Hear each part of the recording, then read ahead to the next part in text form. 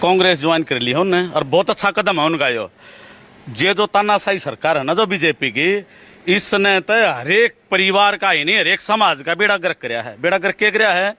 बाण बेटियों की इज्जत नहीं जानते ही नहीं, विकास नहीं ये जानते नहीं। आपने एक छोटी बात बताऊंगा, जो ईंट है ना तो ईंट ये दिखा भाई कैमरा में, उड्डा का राज जब आया तब ये ईंट आई है ना तो पिल्ली लिल्लियां ला क्या करती इसमें गलियों में। छोटी ही बात बताता हूँ भाई, चल भाई, हमारी वजह से ट्रैफिक नहीं रुकना चाहिए। हुड्डा साहब के आने के बाद में ऐसी ईंट हमने तो देखी है जब हुड्डा साहब की सरकार आई है। यही कब का लगा?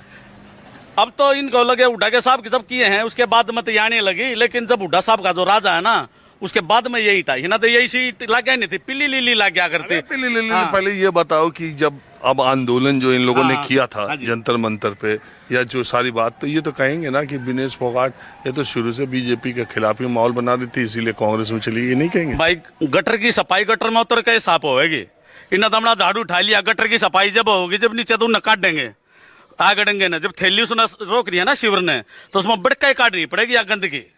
बीजेपी तक गंदगी है भाई साहब, या बीजेपी की गंदगी उसके मैं बड़का काटनी पड़ेगी शिविर के अंदर घुस के और जेब निकालनी पड़ेगी।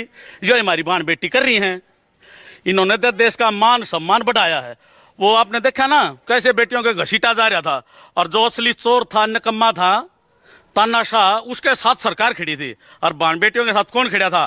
किसान खड़ा था, जवान खड़ा था, और हम जी से नौजवान खड़े थे और खड़े भी रहेंगे। तो ये पार्टी ज्वाइन करके ठीक किया, बहुत बढ़िया डिसीजन है। टिकट भी मिलेगी, विजय भी होंगी और हुड्डा साहब की सरकार फिर बनेगी हरियाणा में।